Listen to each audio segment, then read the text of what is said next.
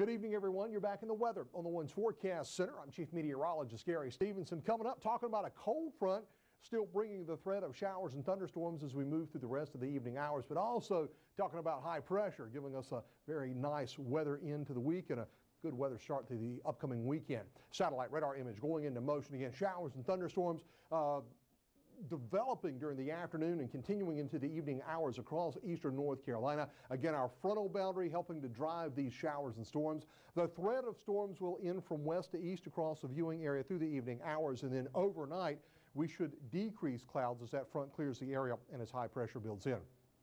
Wilmington's high temperature on Wednesday, 83 degrees, above average for this time of the year. 61 the morning low, also above average for this time of the year.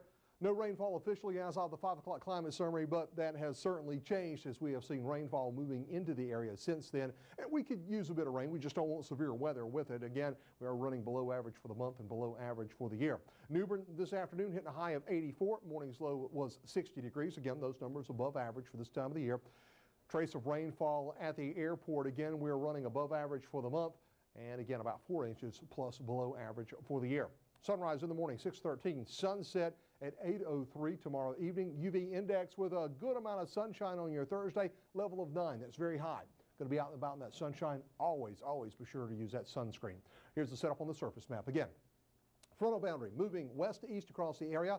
The threat of showers and thunderstorms will end from west to east across the viewing area and then will decrease clouds through the rest of the night as high pressure builds in across the entire state of North Carolina. So again, lots of sunshine, comfortable temperatures going into tomorrow afternoon. We keep plenty of sunshine in the forecast as we work our way through Friday. Again, as high pressure continues to dominate the weather over North Carolina, and that high pressure will control our weather into the upcoming weekend. You'll see that in the 7-day forecast coming up in just a moment. All right, for tonight, showers and thunderstorms continuing, but they will decrease as we work our way through the evening hours from west to east. And again, overnight will decrease clouds from west to east as well with the passage of that frontal boundary. 61 your low in Wilmington, 61 in Shallotte, 59 in Whiteville, Elizabethtown dropping back to 58 degrees, 60 your low in Jacksonville, 59 Havelock, 58 in New Bern, 62 your low at Morehead City. For your day on Thursday, beautiful weather day, mostly sunny and warm, high of 79 in Wilmington, 78 in Burgal and Kenansville, Whiteville topping out at 79 degrees, Jacksonville 78, 77 in Havelock and New Bern, 75. Your high at Morehead City. Extended forecast again. Nice looking weather Friday, mostly sunny 77. Start the weekend, mostly sunny on Saturday, 80 degrees, partly cloudy 79 on Sunday. Pick up a couple of thunderstorm chances going into the first part of next week on Monday, Tuesday, and Wednesday with highs near 80 degrees through that period. That's a look at your 7-day forecast. Now look at Storm Tracker, Doppler radar.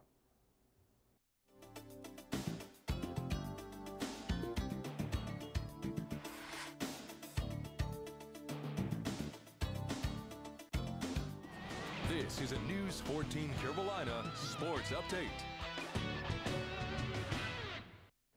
The ACC and ESPN have announced an extension of their television rights and multi-platform relationship through the year 2027. Goes into effect this July. It's worth $3.6 billion over the next 15 years. The extension comes 8 months after the league announced the addition of Syracuse and Pittsburgh to the conference. Previous arrangement netted each conference member $13 million per school. The new deal bumps that up to $17 million per school annually. Gives ESPN sponsorship rights not only to the football championship game, but the ACC's other championships, including men's and women's basketball.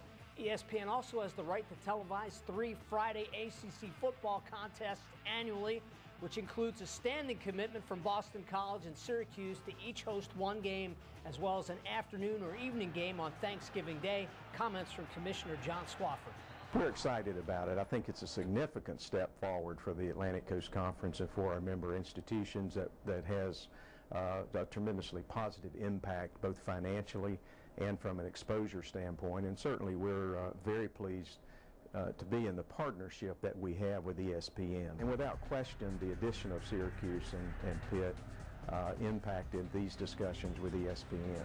Not only is the financial aspect of it important, and this will have a significant financial impact on our schools, the exposure aspect of the television agreement is tremendously important as well to our fans particularly, but also to our coaches and their recruiting, and to our student athletes and the exposure that they get nationally.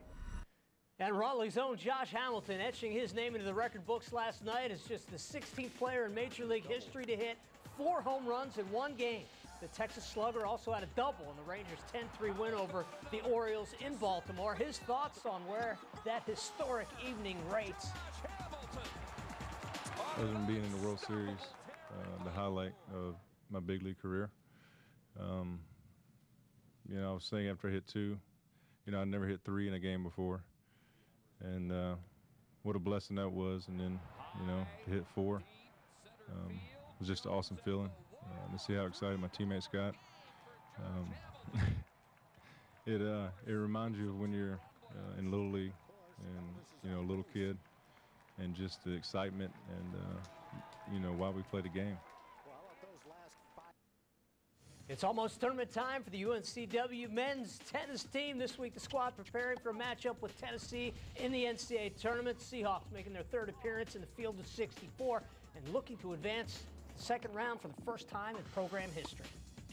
It's nice that it's our 3rd time now.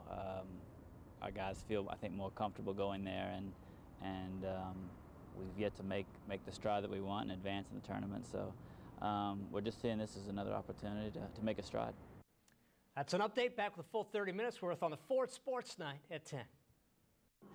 This has been a News 14 Carolina Sports Update.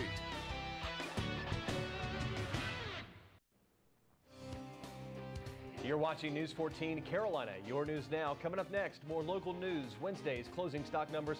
We'll also check the weather on the One's forecast when we come back.